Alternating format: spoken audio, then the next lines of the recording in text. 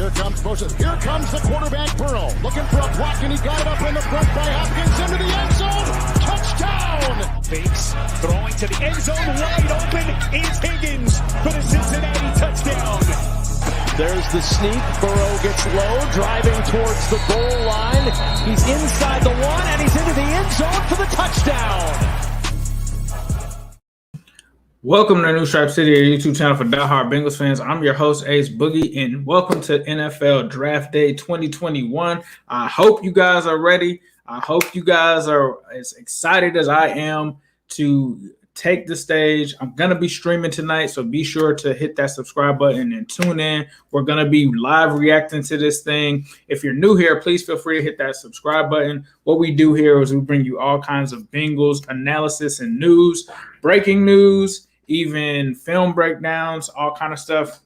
The Orange is the New Black podcast also occurs on this channel as well. We just interviewed my man Kyle Guy, so please be sure to check that out. And then you can also subscribe to that on wherever you get your podcast from under the moniker Cincy Jungle. So the name of the podcast is actually Cincy Jungle, and you will see our episodes that start with OITMB, but also be sure to follow Anthony Consenza and those guys over there because they do a great job with the Orange and Black Insider, as well as Matt Minnick and his Chalk Talk. We actually have some plans on the way. They're not super official, but there may be a super show for the Cincy Jungle crew possibly happening this weekend. So keep an eye out for that. We'll probably stream that live through all of our platforms. And if you need a new jersey, and you're not following this channel, hit that subscribe button because that will enter you into our jersey giveaway. Even if you're not a Bengals fan, Ace Boogie himself, yes, that's me, will buy any jersey that you like or that you want once we get past 15,000 subs. So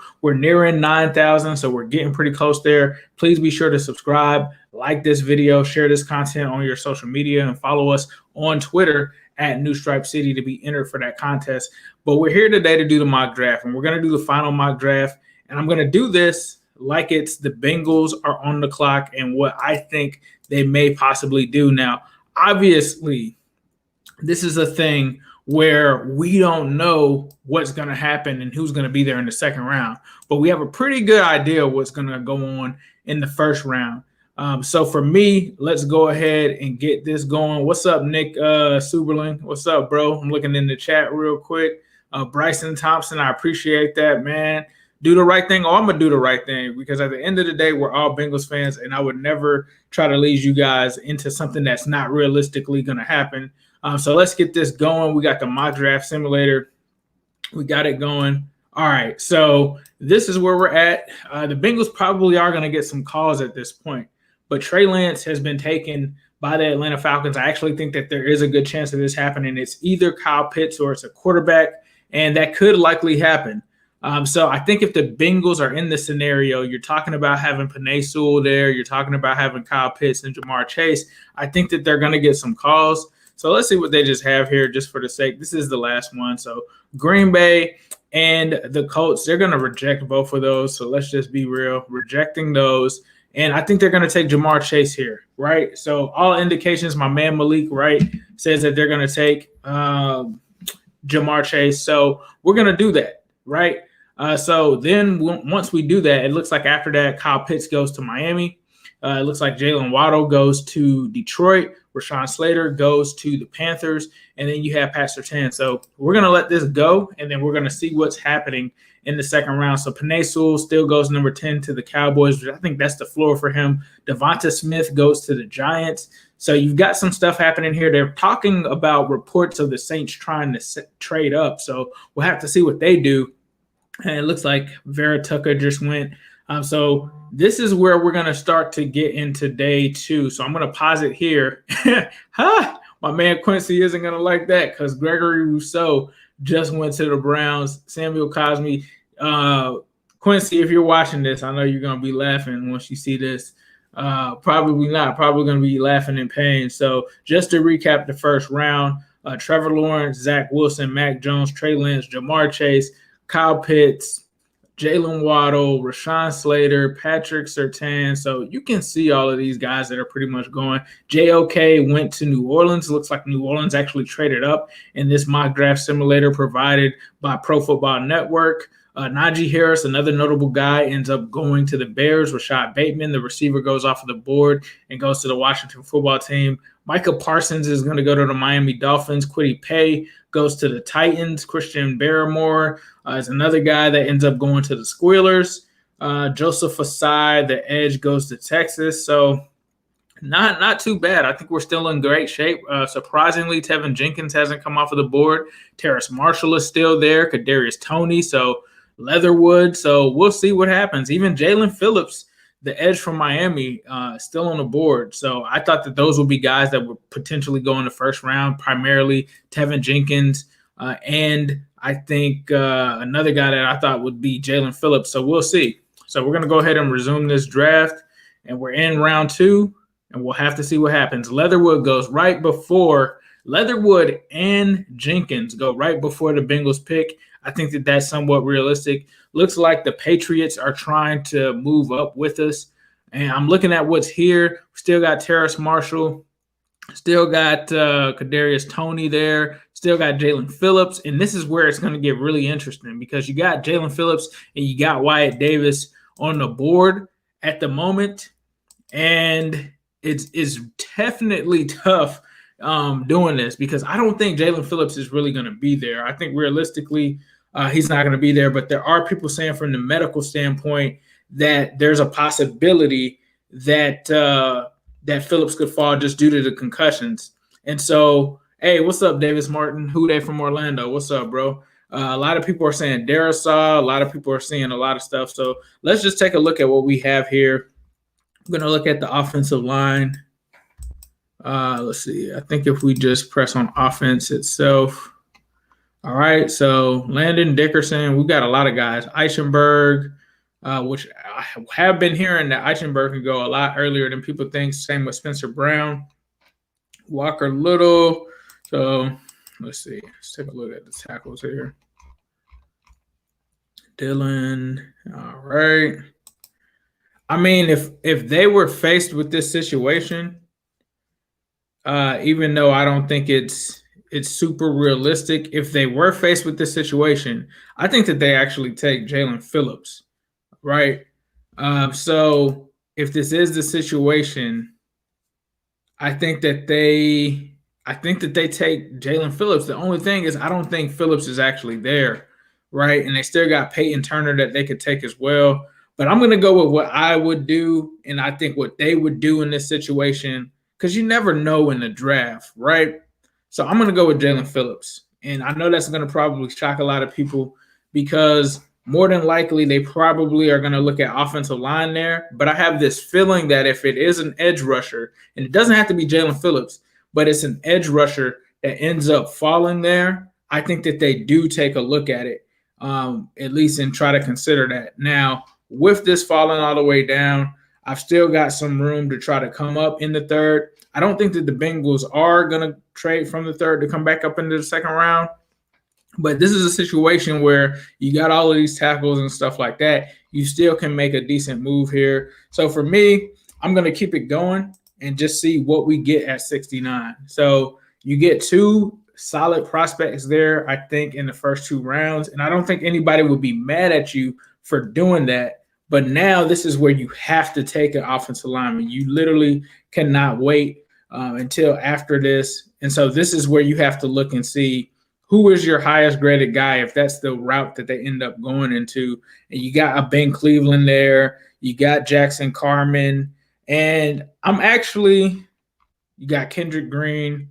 For me personally, Walker Little, the only thing I don't like about Walker Little is he hasn't played much. So I think in this situation, I'm going to surprise people. And I'm going to go with Big Willie because I talked to Big Willie a lot. He's a huge guy in terms of Jackson Carman. I think that Willie knows what he's talking about. So I'm going to go ahead and go Jackson Carman here. Let's switch it up. So Jackson Carman, we're going to go ahead and take him at 69. So we're getting the trenches right?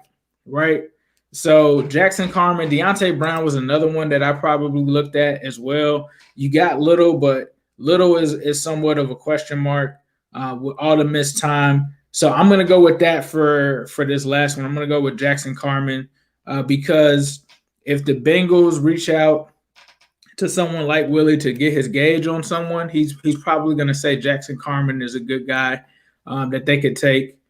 And I think that they would be satisfied with that. It could be anybody that's really there. I just really see them, if they do go edge rusher in the second round, I think that that's a guy that they look at is whoever is the top offensive line prospect there in the third round. So here's where it gets interesting again.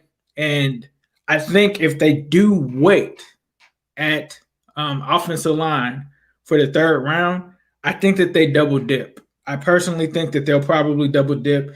You got Forsyth, you got Hudson there. I really like Hudson, but he's still somewhat of a developmental kind of prospect. But you can still look at him. Let's just see what the board is right now. Dylan Moses, for me, I would love to take Dylan Moses right here.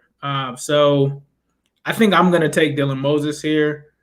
I know some people probably want me to get someone else, but the value for Dylan Moses to be able to get him in round 4, I think is something where the Bengals have to swing that bat and take someone that could be a value pick. And Dylan Moses is that. I love the linebackers, but there's still that question, just like you talk about A.J. Green in terms of replacing those snaps, who is really going to replace the snaps left by a starting linebacker last season? So I think Dylan Moses is a good guy to take here, especially in the 4th. You're talking about a guy that would have been a first rounder just a year ago. So for me, I know you guys are probably like, Ace, nah, but I like the linebacker value of getting Dylan Moses here, and so that's what I'm going to do. So give me Dylan Moses here. The Ravens did run for 500 yards against us, so that's what I got to do.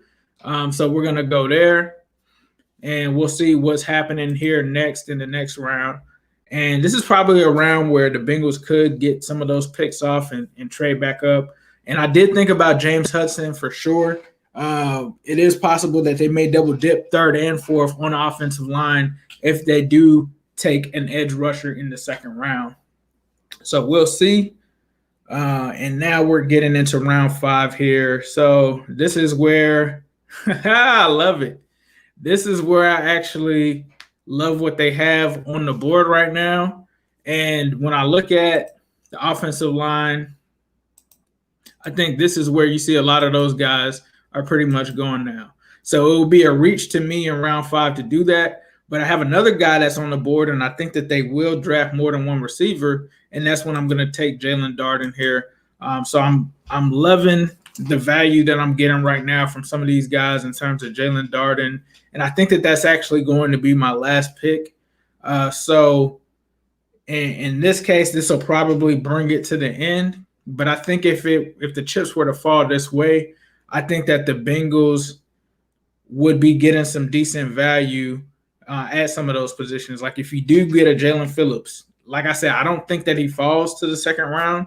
But if there's a chance, the off chance that he does, you got to jump up there and grab him because the offensive line and defensive line both have question marks, both need some more depth. This isn't how I chalked it up, but this is how I think that you probably see things going. And if it did go this way, if they do take someone like a Jackson Carman or they take a Eichenberg or whoever that guy is in the third round, if they do have that defensive lineman there in the second round, I think that they take this guy, and then I think that they also go back after the training camp cuts or whatever it is and go and get another offensive lineman if possible. But I'm pretty happy with these results. Jamar Chase, Jalen Phillips, Jackson Carman, Dylan Moses, and Jalen Darden. I'd probably take that all day. So for me, we'll see what happens. Let me know what you guys think in the comments. I can't wait until tonight. Like I said, I'm going to be going live the entire draft. So be sure to hit that subscribe button. Be sure to be on the lookout for all of the shows. I'm going to probably bring Zim on. I'll bring some of my guys from Bengals Real Talk on throughout the stream as well. And we're just going to live react. We'll be tapped in. It'll be probably an early night for us. I'm thinking that we'll probably have our pick in by around 8:30 or something like that. So I'll start streaming before the show. I'm going to reach out to some people too to see if they want to come on. And then I'm going to have my man Steven coming on for sure. So please be sure to hit that subscribe button. And as usual, I'm going to leave you guys with a Who Day all day, every day, and especially on Sunday.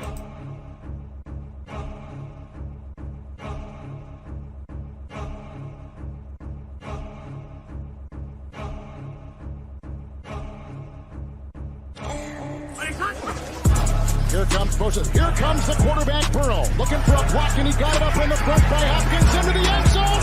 Touchdown! Fakes, throwing to the end zone, wide open is Higgins for the Cincinnati touchdown. There's the sneak. Burrow gets low, driving towards the goal line.